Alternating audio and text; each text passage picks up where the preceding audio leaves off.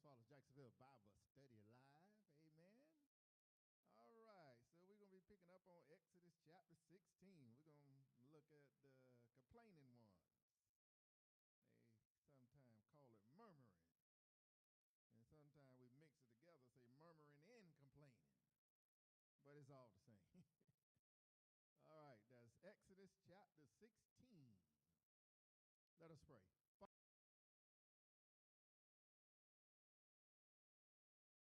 That you have given us breath to rise, God. We pray that you continue to strengthen us, keep us, guide us, lead us. We pray that you continue to order our every step, God. We pray that you continue to illuminate our paths and throughout the day and the nights, God. Father, we pray now wisdom, knowledge, and understanding. We pray that you continue to illuminate your word into us, God, that you continue to give us practical things for our everyday living. And we will be careful to give you all the honor, all the glory, and all the praise. In the matchless name of Jesus Christ, we pray. Amen. All right, Exodus chapter 16. And we'll be in the King James, I reckon. I did like the way the ERV read, but I don't either.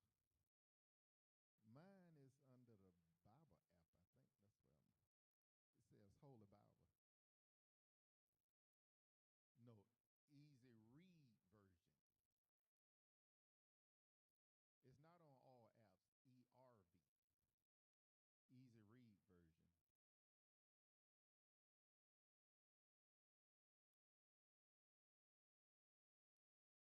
Yeah, we'll stick to the King James then. Come on with it.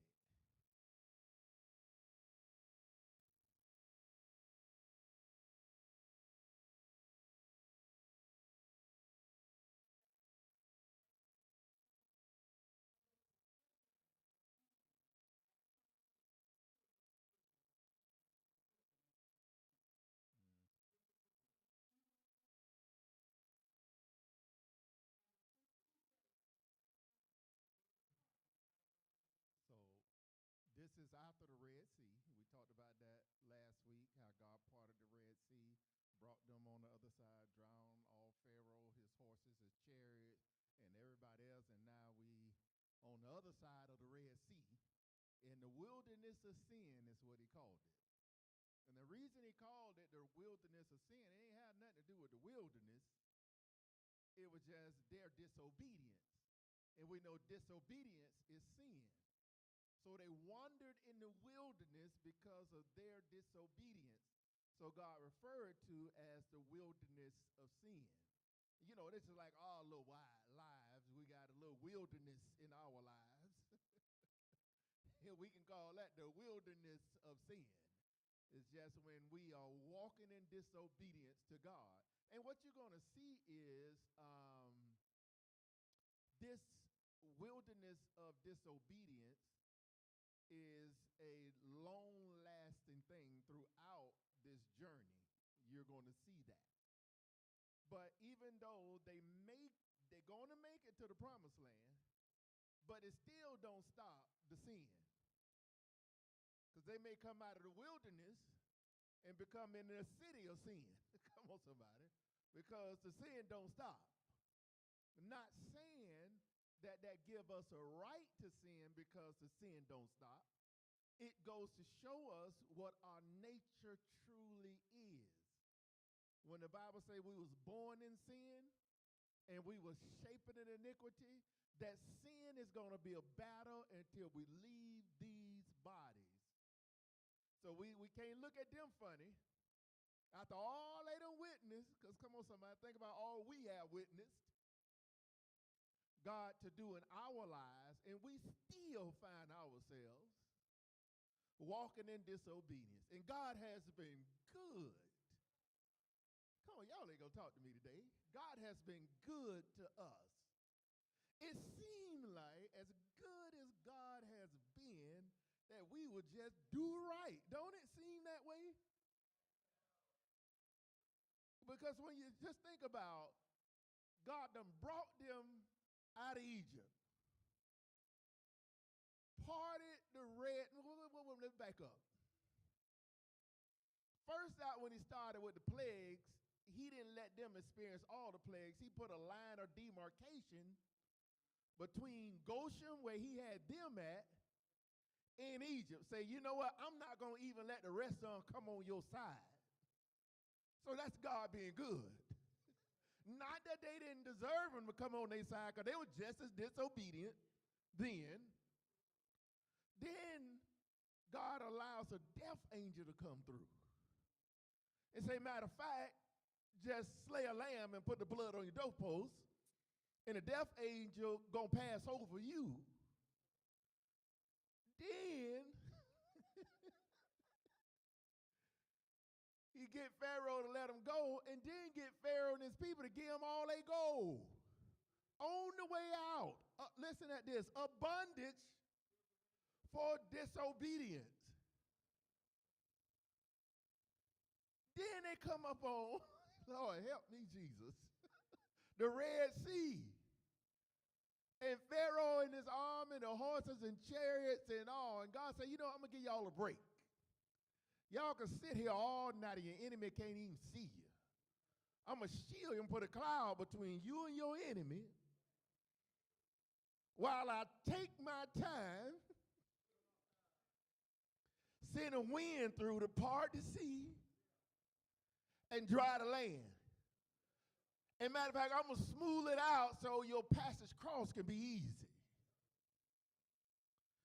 Then I'm going to let you witness what I'm going to do to your enemies.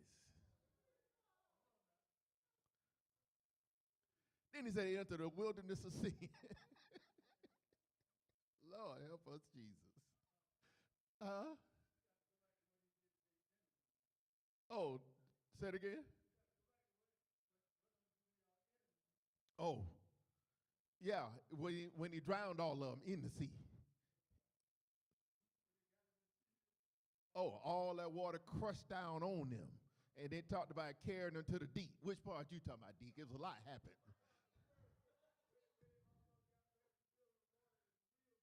Oh, yeah, I forgot about the wheels on the chariots. Somebody was paying attention. Deke said you forgot a part. Because listen, you got to think about it. That was good. that he brought them to a screeching halt in the middle of crossing the Red Sea.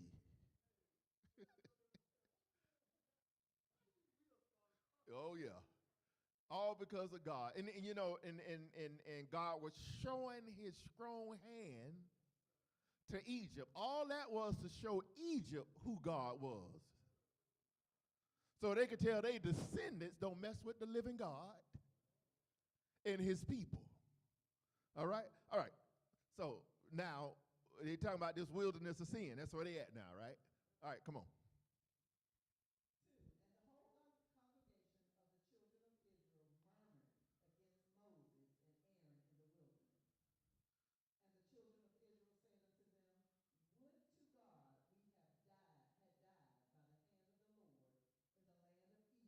Hold up right there. Hold up right there. Hold up. First of all, y'all don't even know what happened or why you out there. It wasn't because of Moses and Aaron. See, they blaming Moses and Aaron for bringing them out in the wilderness, not knowing all this was by God's divine. God sent Moses and Aaron to tell Pharaoh what God wanted him to do. So it really was God that brought them out there where they at, and they complaining against Moses and Aaron like they was in charge of something. Come on.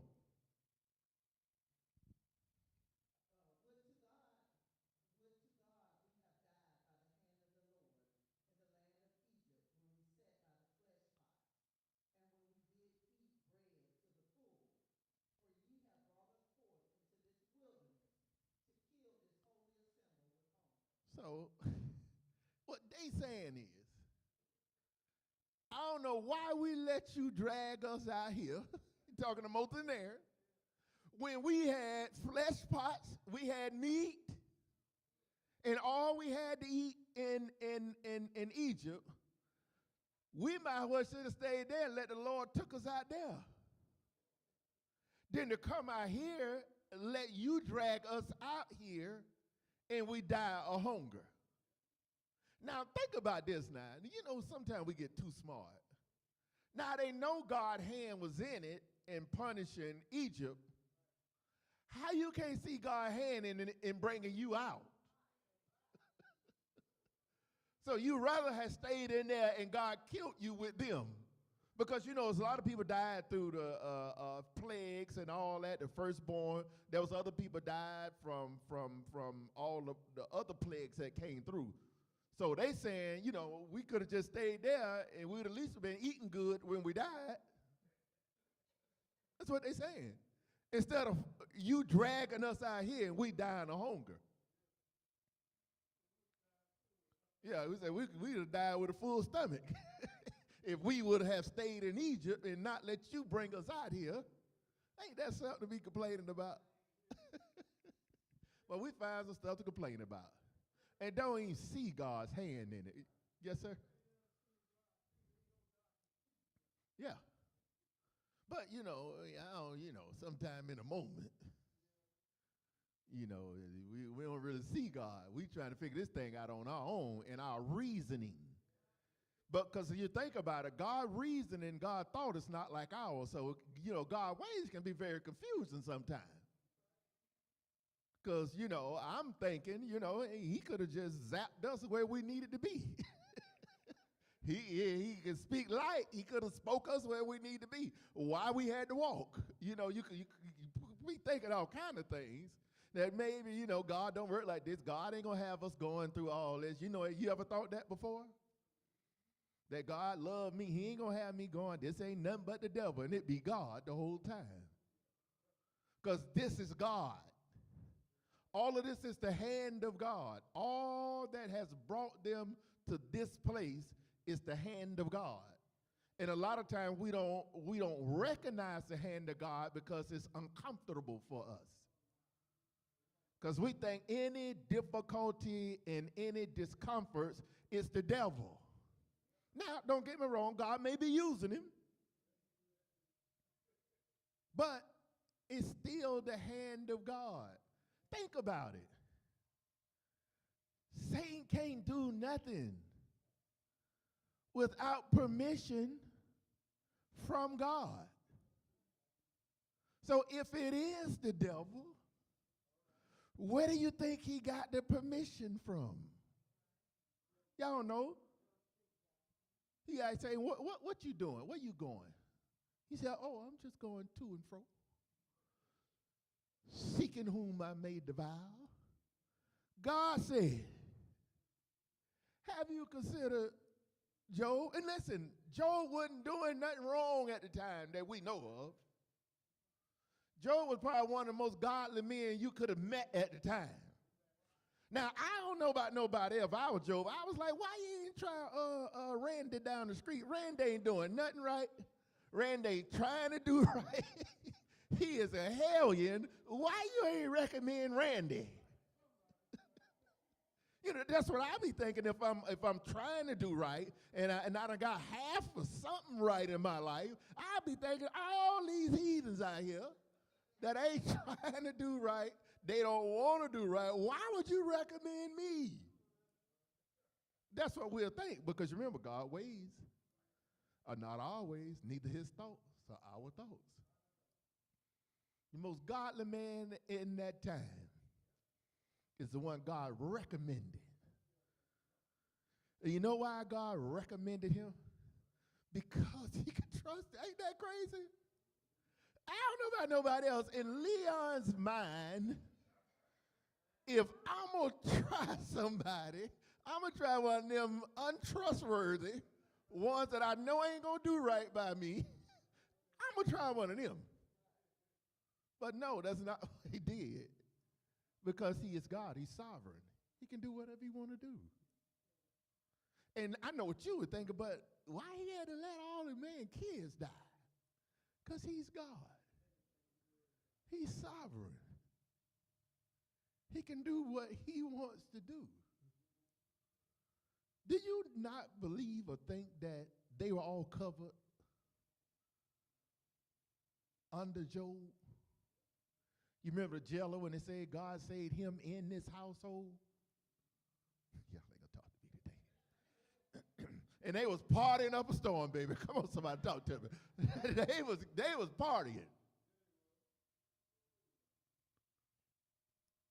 That's why I say we don't know what the age of accountability is. We think and we be speculating.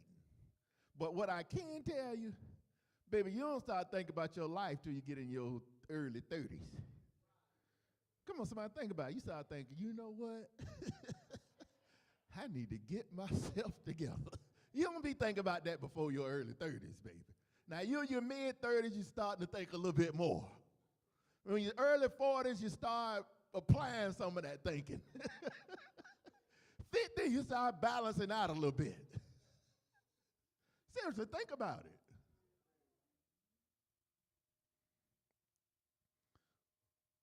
All right, where we at? Come on with it. Then said the Lord unto Moses, Behold, I will rain bread from heaven for you, and the people shall go out and gather a certain rate every day, that I may prove them, whether they will walk in my law or not. Stop. Or no. Stop. Man, wait. He said, Moses, I'm going to do this for you. Because they're complaining to you. Like what you saying ain't the law. Like what you saying ain't the truth. They trying you, Moses. So I'm going to do this for you because they keep murmuring and complaining to you. They keep blaming you. So I'm going to show them who with you. And I'm going to show them who I am that maybe they'll do right. And they would say, no. Because he know. He go either way because these are hard-hearted, stiff-necked people. This thing can go either way, but I'm going to continue to show. Now remember, I said everything leading up to the Red Sea and them getting on the other side was to show his strong hand to Egypt. Now he's going to show his strong hand to them. Because everything he's going to do now is for them, that they will reverence him by following the law and doing right by him. But all that other stuff was for Egypt, to show that I am the true and living God, whether you believe me or not. All right? What verse we at? 5. Come on with it. And it shall come to pass that on the 6th day they shall prepare that which they bring in, and it shall be twice as much as they gather daily. And Moses and Aaron said unto all the children of Israel, At even, then ye shall know that the Lord hath brought you out from the land of Egypt. Mm-hmm. And in the morning, then ye shall see the glory of the Lord, for that he hears your murmurings against the Lord. And what are ye that ye murmur against us? Mm-hmm. Go ahead. So he's telling him, God, hear y'all. Y'all murmuring against to us and against us. Read a little bit more. And Moses said, This shall be when the Lord shall give you in the evening flesh to eat, and in the morning bread to the full, for that the Lord hears the murmurings which ye murmur against him. And what are we? Your murmurings are not against us, against the Lord. Since y'all murmuring to us, complaining to us, as if we are the one that caused this on you, but you're really murmuring against the Lord. Every time you're complaining against the Lord. All it is the hand of the Lord. And because he heard your murmuring, he's going to address it. Because he heard you. Even though you was murmuring against us, he is still going to respond to your murmuring. Now listen. And he's responding to show them.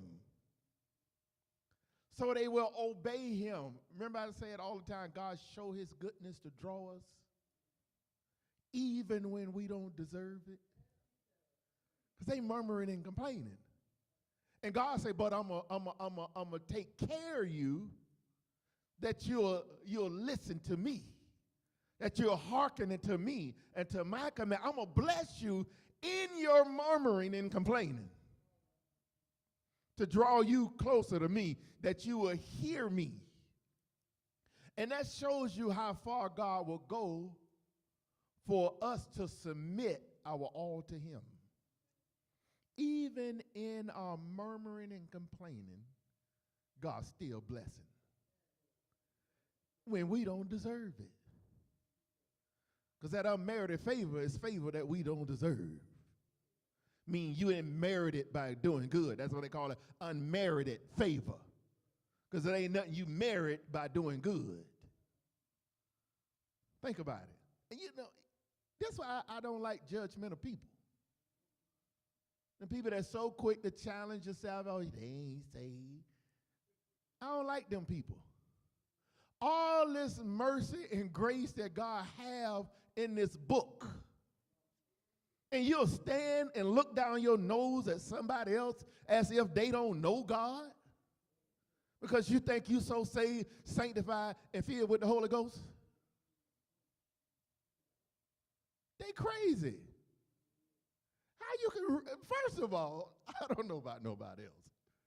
When I know we ain't no different from them, how can you read in this book anywhere and don't see your faults? And don't see your frailties, that you don't see your weakness, that you don't see your sin, that you don't see your unwretchedness. You can't help but see yourself. The word is like a mirror. How can you read it and don't see your imperfections? That's like you walking in the mirror every morning, you don't see that crust in your eye. And you go outside thinking you're cute. You know how silly that is? You looked in the mirror.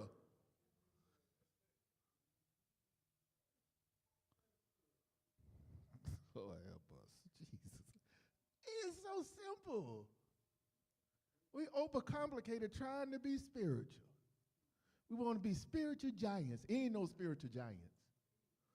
All of us is culpable of sin. Every last one of them. I don't care how great. And, you know, and that's why, you know, I remember a time when I was so judgmental of preachers that failed till I became one. It don't excuse nothing. But what it teaches you is humility. Instead of judging them, you should be praying for them that it ain't you.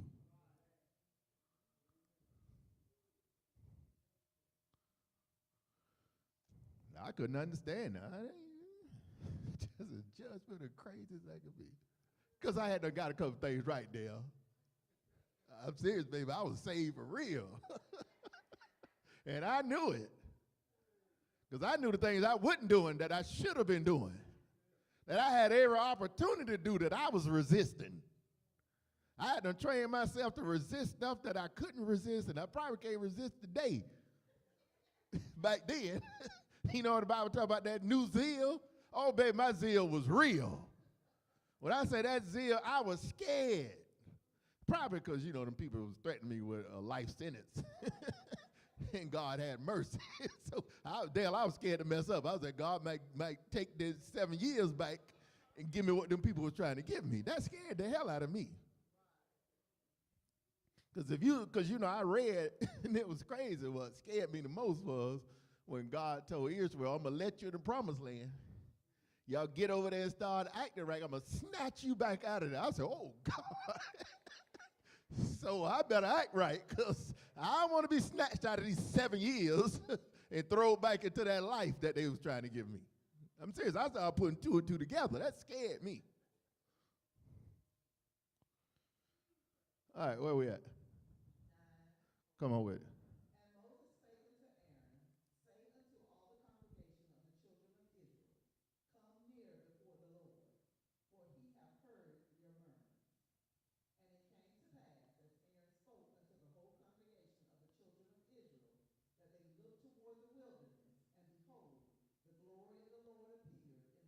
So hold on. He said, I'm going to show you it's me. Now, he already told Moses and Aaron what's going to be. Now he telling Aaron to tell them, but in the midst of Aaron telling them, God shows up in a cloud so they can see the glory of God. To see that this is the living God. This ain't Moses and Aaron that you're complaining about. This is God that's going to take care of you. Come on, read. And the Lord spoke unto Moses, saying, I have heard the murmurings of the children of Israel. Speak unto them, saying, at even ye shall eat flesh, and in the morning ye shall be filled with bread. And ye shall know that I am the Lord your God. And it came to pass, 13, I'm sorry. Uh-huh. And it came to pass that even the quails came up and covered the camp. Hold up right there. You know, I was really trying to picture this thing because they out in the wilderness. So quail is a little brown migratory bird, meaning he migrate annually. So just a certain time come around that you're going to get some quail. You can't just get quail whenever you want to. The quail got to be coming through. I remember I was in Atlanta, and the geese was coming through. Now, down here, they hang out most of the year. I don't know if it's always been like that or they just decided not to go back. And that's what I think happened. They got tired of all that flying back and forth. This Florida, we just going to stay here, is what I think happened, because they everywhere. They always obstructing traffic. It's just, why y'all won't fly across the street? God gave you wings. You want to take a chance to hold up traffic and just walk out. But anyway, I was just got carried away with that one. I was sick of them geese. Yeah, but well, it's too many of them. Where all these geese come from? So, well, they ain't as migratory as they used to be. But I was in Atlanta. That's when I realized how the time of season that geese migrate. I had this nice little pool in my backyard. And one day I came home. Pool man just cleaned my pool. I walked out back, and baby, it looked like the geese was on spring break in my pool. When I say they had to crap so much, it covered about the whole bottom of the pool. Boy, you talking about somebody was mad. So I'm trying to shoo them away. They're looking at me like I'm tripping. Like they own the pool. This is how they looking at me. So I finally got them all out of the pool, and they just walking like they ain't did nothing. Because usually when you know you're wrong, you run. No, these geese wasn't in no hurry. And the slower they walked, the madder I got. And I say, okay, buddy. So I went in to see this little hole leaning against the wall. And you know me, I'm a little stronger than I think sometimes, Deep. So I'm just trying to shoo them away and scare them off. So I grabbed the hole and I sling it kind of low to the ground so I can, strike. And I hit one and caught him in the neck. And he fell in the backyard. And I say, you know what? I'm going to leave him right there. That's probably was wrong of me, but this is what I decided at the time because I had to pay this man to come clean my pool out. And I left him right there. I said, these geese smart, they never came back. They flew over my house every year. I am dead serious. They never came back. Yeah, but why you walking across the road if you got that much sense? To know that there's an angry man over there with a hole, we better not stop there no more. Go ahead.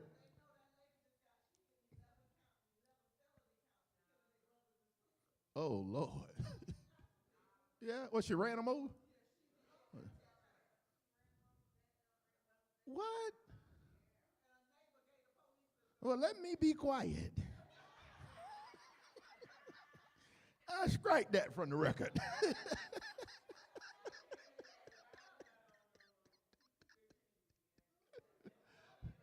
The statute of limitations ran out. If I'd have knew that, I wouldn't have told that story. Y'all should have stopped me. Why ain't nobody stopped me?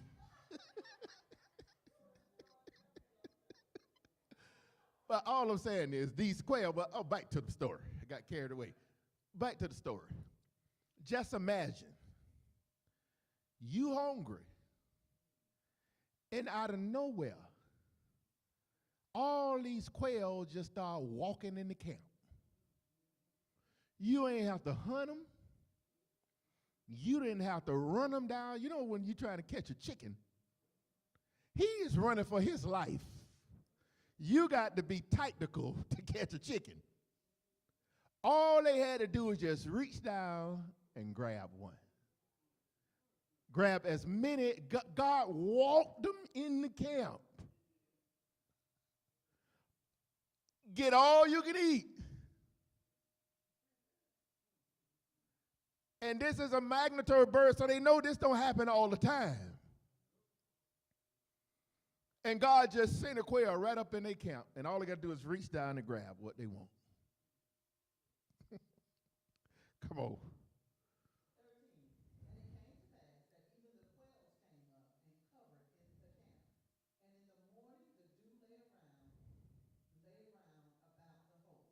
Mm-hmm. And when the dew that lay was gone up, behold, upon the face of the wilderness there lay a small round thing, as small as the hoarfrost on the ground. Mm-hmm. And when the children of Israel saw it, they said one to another, it is manna. Hold up. Listen. Now, God caused a quail to just walk in the camp. That you ain't got to hunt, you ain't got to set no traps, you ain't got to do nothing. And then the following morning, God raining bread down from heaven, small like the dust of the dew, and all you got to do is scrape it up and put it together and make you a piece of bread. This is the goodness of God, just bread raining out of heaven. The quail just walking in the camp. Remember, God is showing them his hand, that he is God, and that they should obey him because this is what he do. This is how he take care of his people. And listen at this. He's doing this to persuade them to do right by him. Now, think about that. You are a just God that can judge us at any time for sin, but you don't. You show mercy, and then you send us manna and quail to persuade us. Listen, y'all ain't hearing me. God's showing his goodness to persuade them to do right by him.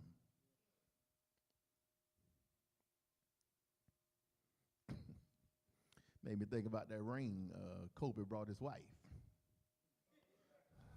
I don't know why I thought about that, but that was a persuasion piece. That was a persuasion piece. Because, baby, she could have made a decision. That was a persuasion piece to stay. It was. Sister stayed. That was a persuasion. But think about it, though. He was wrong. God persuade us when we wrong. Y'all hear what I just said.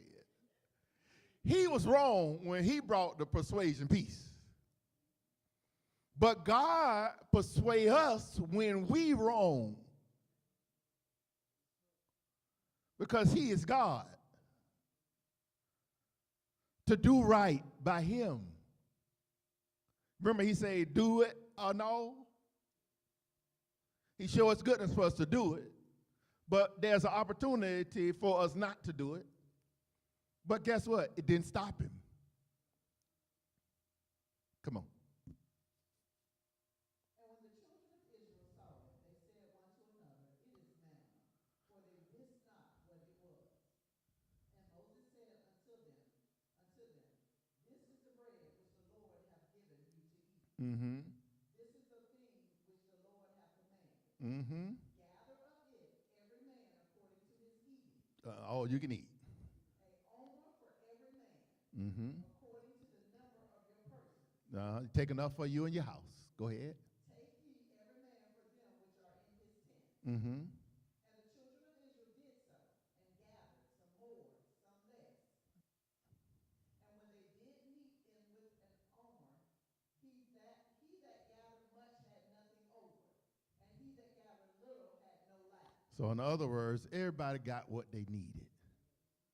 They ain't overdo it the first time. They obeyed and they got what they needed. And that was it. They followed instructions. Go ahead. They gathered every man according to his eating.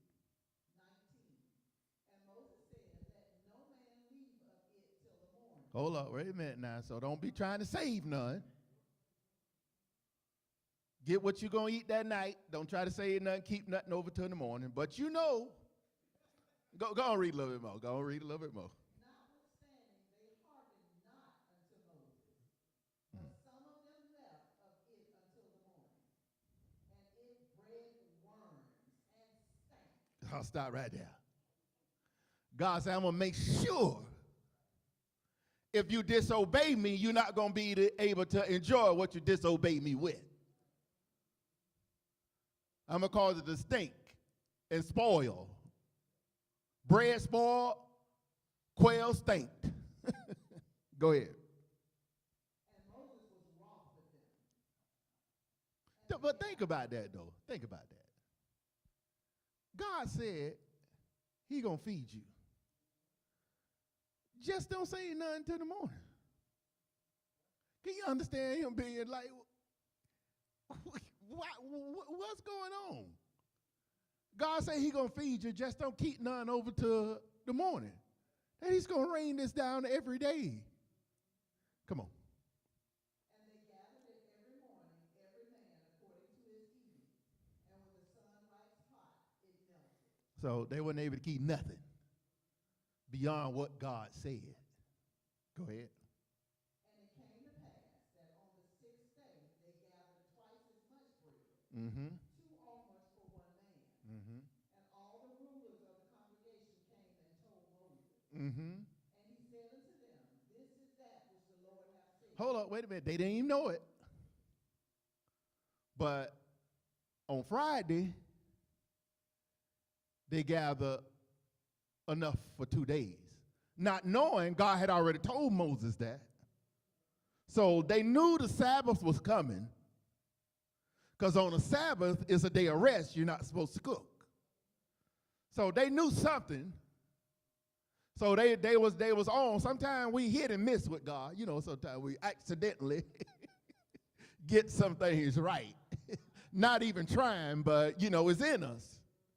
And we just going with our instinct, and sometimes we just get it right. Because some things just common sense. Now, even though everything else spoils and stinks, so, you know, maybe, you know, God ain't going to do that because, you know, the Sabbath coming. So we you know, back then we got enough for the Sabbath. Go ahead. 23. And he said unto them, this is that which the Lord hath said. Tomorrow is the rest of the holy Sabbath unto the Lord. Mm-hmm. Bake that which ye shall bake today, and see thee that ye will see thee, and that which remaineth overlay up for you to be kept until morning. Mm-hmm. And they laid it up till the morning, as Moses bade. And it did not stink, Mm-hmm. neither was there any worm therein. Hold up right there. So the reason is because they followed instructions. Even though starting out they didn't know that was the instruction. So God didn't allow the worms to come in it, nor it to stink, because he had them lay up an extra day for the Sabbath. Right? 6 days work, 7th day rest. Like God did in the beginning of creation. Work 6 days, rest the 7th. And this is what they're doing. They were to keep the Sabbath holy. Go ahead. Exodus 16 and 25. And Moses said, eat that today, for today is a Sabbath unto the Lord. Today ye shall not find it in the field. Mm-hmm. 6 days ye shall gather it, but on the 7th day, which is the Sabbath, in it there shall be none. So in other words, ain't going to be no quail coming in on the Sabbath day. Ain't going to be no manna raining down from heaven on the Sabbath because you aren't supposed to be out there working. You're supposed to be resting. So God allows you to take up enough on Friday and prepare it for the Sabbath day because you're not supposed to rest, and God not going to send anything in because he wants you to keep the Sabbath holy. And because God wants you to keep it, so he's not going to tempt you and send us in on the Sabbath day because he know you. Come on, somebody. So you can't say God did it. Come on, somebody. God knows. He's not going to put himself in that situation where you can blame him for your disobedience. All right, come on. And it came to pass that there went out some of the people on the seventh day for to gather, and they found none. I told you somebody, they just ain't going to do right. You always got some can't do rights or get right. So God said, I'm going to take care of them can't get rights to keep you in line. Matter of fact, I'm going to help you from messing up. I'm not going to allow them to think about it now. Quail coming in 6 days a week. And on the seventh day, you can't find a quail nowhere. God said none will come in the camp. No manna will, because everything else melted that had already failed. So no manna on the Sabbath and no quail on the Sabbath. God shut it off. Now, when you talk about control, when we say God is in control of all things, everything, that he can have quail show up 6 days a week and say, hey, y'all, stay where y'all at today, and we'll pick up tomorrow. That's God. Come on. Exodus 16:28. And the Lord said unto Moses, how long refuse ye to keep my commandments and my laws? Hold up. See, for that the Lord hath given you the Sabbath. Therefore he giveth you on the sixth day the bread of 2 days. Abide ye every man in his place. Let no man go out of his place on the seventh day. Stop right there. That guy say, nah, come on, man. Why you can't just do right? Stay inside and rest. I done provided for you. Why you outside looking for something anyway? Yeah, you already been provided bread for the day. Just stay inside. That's all he's saying. Just stay inside. I'm talking to myself because sometimes I just need to stay inside. Some of y'all need to stay inside some days too. That's what he tells us. Just stay inside. Might prevent some things in your life. Just stay inside. Sometimes you got to stay inside. Sometimes I stay inside too much, I think, but it keeps me out of stuff. Out there looking for manna. Take your mind home. Yeah, out there looking for quail, them little birds, them little skinny birds. Lord, y'all stop encouraging me. Come on, read. So the people rested on the seventh day. And the house of Israel called the name thereof manna. Uh-huh. And it was like coriander seed, white, and the taste of it was like wafers made with honey. Ain't that something? And it was sweet. Sweet bread from heaven. Lord, help me, Jesus. Yeah, go and read. Yeah. Moses said, this is the thing which the Lord commanded. Fill an omer of it to be kept for your generation, Uh-huh. that they may see the bread wherewith I have fed you in the wilderness, when I brought you forth out of the land of Egypt. Hold on right there. Now, you remember, he was telling Pharaoh in them, the reason I'm doing this to you, well, he was telling Moses why he was doing that to Pharaoh, so they can tell their sons and their generations that don't mess with the living God, because God sent in the plagues, God sent in the death angel. So all of that, he wanted them to be able to tell their generations behind them that don't play with God. All right? Now, he wants them to have something to tell their generations about the goodness of God. He wanted Egypt to remember the wrath of God. He wants Israel to remember the goodness of God. He said, matter of fact, jar up some of this manna, because it ain't going to spoil in the jar. So put it in a jar and save it so you can show it to the generations after you that this is what God sent down, sweet bread from heaven. Lord, help me, Jesus. Yeah.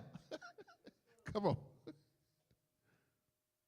Moses said unto Aaron, take a pot and put an omer full of manna therein, and lay it up before the Lord to be kept for your generation. Mm-hmm. As the Lord commanded Moses, so Aaron laid it up before the testimony to be kept. Mm-hmm. And the children of Israel did eat manna 40 years, until they came to a land inhabited. They did eat manna until they came unto the borders of the land of Canaan. Now an omer is the 10th part of an ephah. Yeah. So they stored up manna, and this continued for 40 years. Them wandering in the wilderness. And notice, even in their disobedience, God didn't take the cloud, nor the fire, nor the manna, nor the quail. He took care of them for the 40 years of them wandering. And remember, they wandered for 40 years because of their disobedience. Not because it took 40 years to get there. It was because of their disobedience. All right? What time we got? What do you think, Deke? Come on. We'll start on the next one. We got at least 10 minutes. Come on. 17. Yes, sir. Go ahead.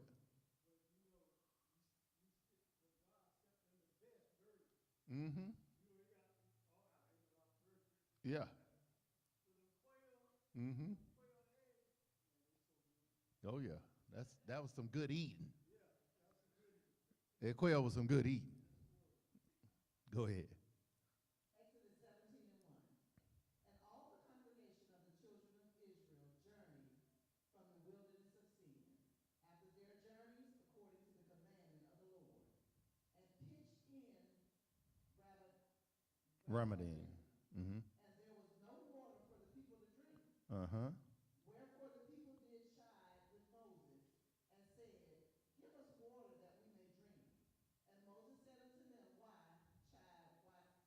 chide ye with me? Hold on right there. Now, why y'all bother me? Now, the last time y'all was murmuring and complaining, God showed you he is the source. Why y'all bothering me? Why y'all murmuring and complaining to me when God has been your provider all along? Go ahead. Wherefore do ye tempt the Lord? And the people thirsted there for water. And the people murmured against Moses and said, wherefore is it that thou hast brought us up out of Egypt to kill us and our children and our cattle with the Hold up, wait a minute now. Now, first you brought us out here to die. Now you going to kill us? First you brought us out here to die, but now you're trying to kill us. Well, I tell you, boy, people something else. He trying to lead you where God wants you, and you blaming the man that's trying to kill you. Go ahead. Yes, sir. Oh, yeah. You got to think about it, though. You know, even understanding God's judgment, he still show his love. And for them, it's only been love that he been showing them. When they really deserve judgment. Go ahead. Exodus 17:4. And Moses cried unto the Lord, saying, what shall I do unto this people? Have you ever asked yourself, well, Lord, what am I going to do with them? Have you ever looked at somebody and said, oh, you know, I don't know what to do with you? This is what Moses saying about them, Lord, what am I going to do with these people? These people, they said, I'm trying to kill them, Lord. Go ahead. They be almost ready to stone me. Listen at them. They trying to kill the poor man. But you think about it, though. Everybody that God sent, and they truly from their heart was trying to help people, them same people was always trying to kill them. Look throughout the word. Everybody. It was always somebody trying to kill them. Now, back then, it was a lot of physical killing. But today is they kill you with their tongue. Them same ones you trying to help is the ones that's tearing you down with their tongue. The very ones. And that's what we still deal with today. The very ones you try to help are the same ones that will tear you down, kill your character, kill your testimony. Come on, somebody talk to me. It's the same ones we try to help. So guess what? It should be expected. Lord, it's hard to expect that though, ain't it? It's hard to expect. Some people, they just so good at acting like they like you, don't they? And you know what? Oh, no, they wouldn't do that to me. Come on, have you ever felt like that? And they were stabbing you at the same time, and you instead of telling everybody, people telling you, you know they stabbing you, right? You know they got a dagger in your back right now, pulling on it. You say, oh, no, they'll never do that to me. I know I'd have felt like that plenty of times. Oh, no, they wouldn't do that. No, they wouldn't say that about me, baby. Them be the main ones, the ones you help the most, will get you every time. And you know what's crazy about it? That's the pattern throughout the book. The same ones Christ came to help, hung him on a tree, lied on him. If they did it to him, think about it. Why do we be so? I'd be surprised. I ain't gonna lie. I done been surprised. I ain't gonna say that. But no. It wasn't that bad. It was just somebody said something to me. Said, I don't understand why people try to get over on you. From what I know, you ain't did nothing but try to help. They was like, I don't understand it. And I don't be understanding that, sir. I had to stop this one person. Poor girl, she was selling herself, baby. When I say that baby she was the best salesperson I ever seen. I almost brought something. Not for real, just kidding. But what it was, when I showed up, somebody called me in distress. They ain't have nowhere to stay. The husband put them out. She ain't had nowhere to go. New in town, don't know nobody. I understand it was a desperation. And so I said, well, I'll meet you at such and such. And when I show up, my mind already made up. I'm going to pay for her a week to stay, then little baby on her own.